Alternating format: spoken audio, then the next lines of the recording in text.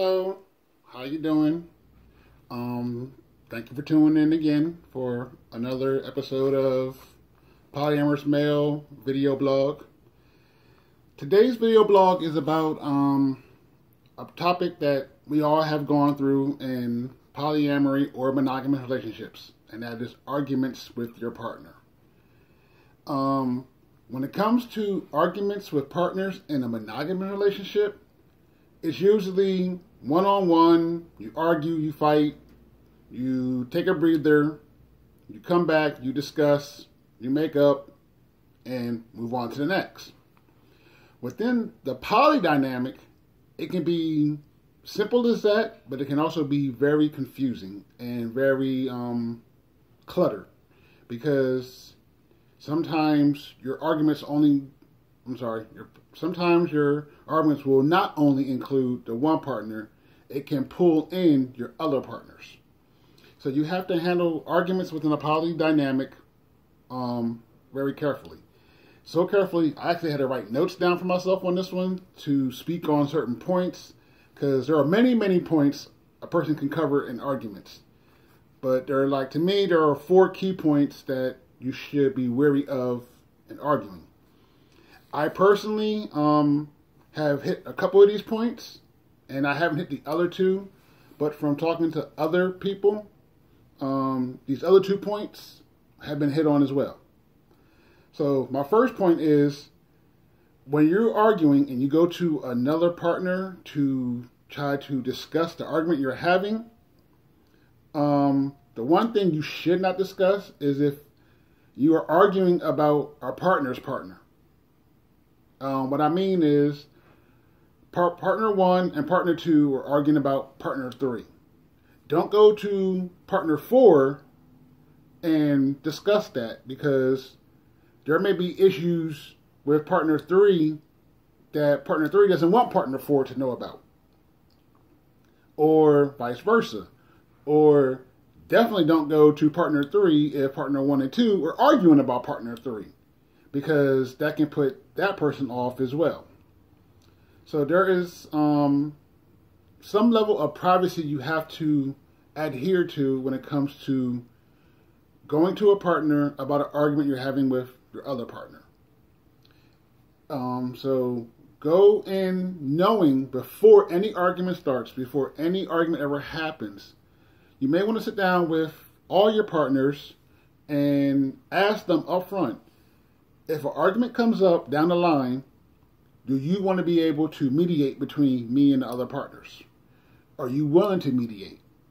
If you are, where do you draw your line at, as in, we don't discuss that, or we prefer to have you both come to us or to me and we'll discuss it together. I can, hear your both sides of the story and give you both my input at the same time, to where it won't be no hearsay back and forth. So take that with a grain of salt, of course, because every poly dynamic is different. So you have to understand, because that can cause many other problems down the line if you go to another partner to discuss your argument with the other partner, because they may feel betrayed.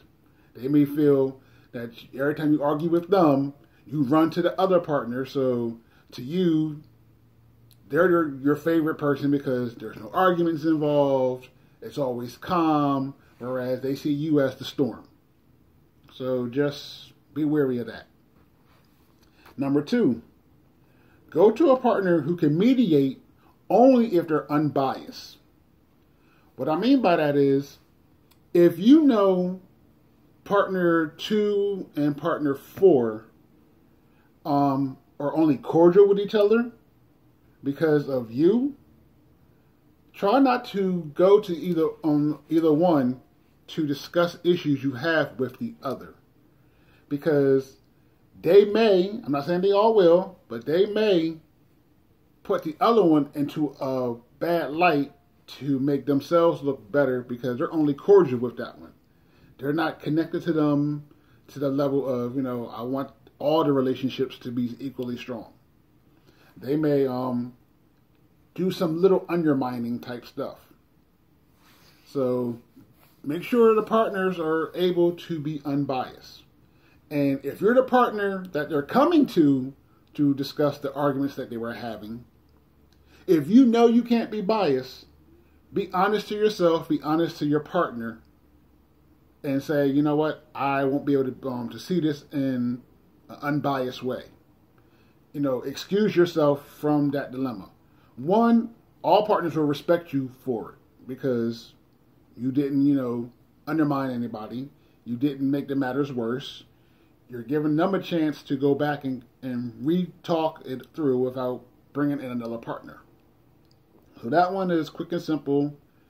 Ensure the partner can be unbiased, or ensure you can be unbiased if you're the partner to come into to help mediate these arguments.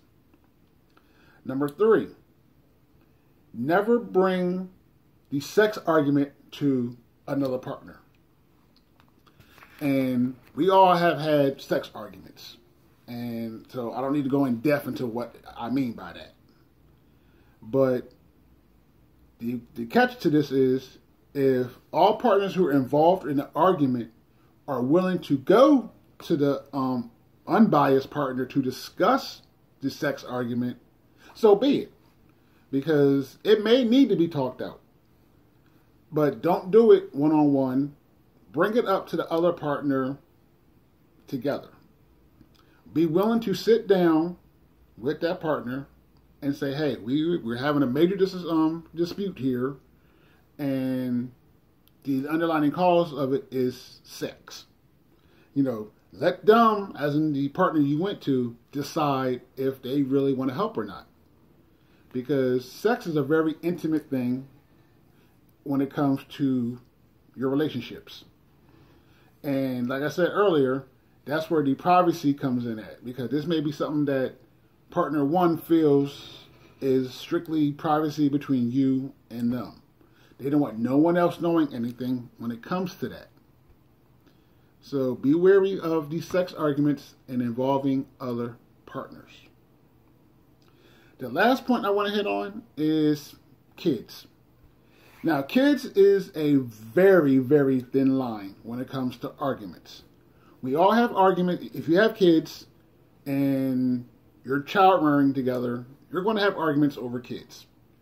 It can be from what punishment you feel they deserve for doing something wrong, what type of gift they should be getting, at what age they should get the gift, what age they should start dating, what age is appropriate for other things. We all have our own ideas, even if we're raising the kids together. So you and partner 1 are sole parents, biological parents of the kids, arguing over the kids.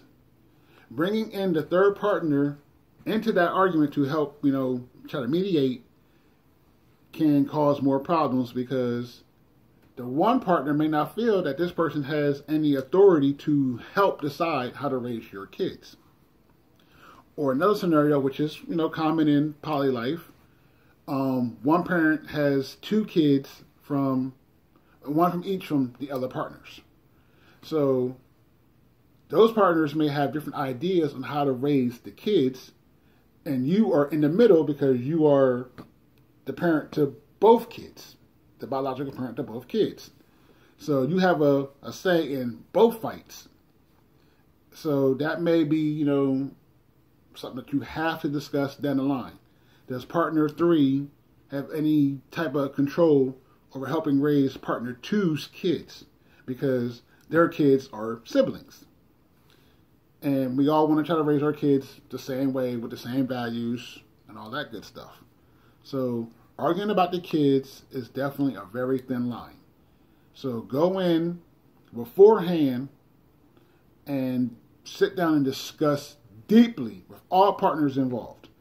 Because if you have a partner who's not biologically the kid's parents, but they're living under the same household and they're your equal partner, my opinion is they should be equal parents as well. You cannot draw a line and say, hey, we're partners on all this except when it comes to the kids. No, you cannot exclude them from the kids. Because there are going to be times that you and the other partner are going out and the kids are being with them. So they're going to feel that they're parents to these kids. So allow them some authority as well over these kids. And make sure the kids understand the situation as well. So arguments over sex, kids, money, all that stuff is going to happen. I'm not going to say it will. I'm just saying it's going to, because we evolve. Problems come up. If it doesn't come up, that is great. If you guys live the perfect relationship dynamics with all partners involved, no arguments, no disputes, no hiccups, that is perfect. But once a hiccup comes, once that argument comes, know how to handle it. Know how to respond to it. Argue. Do your normal argument routine.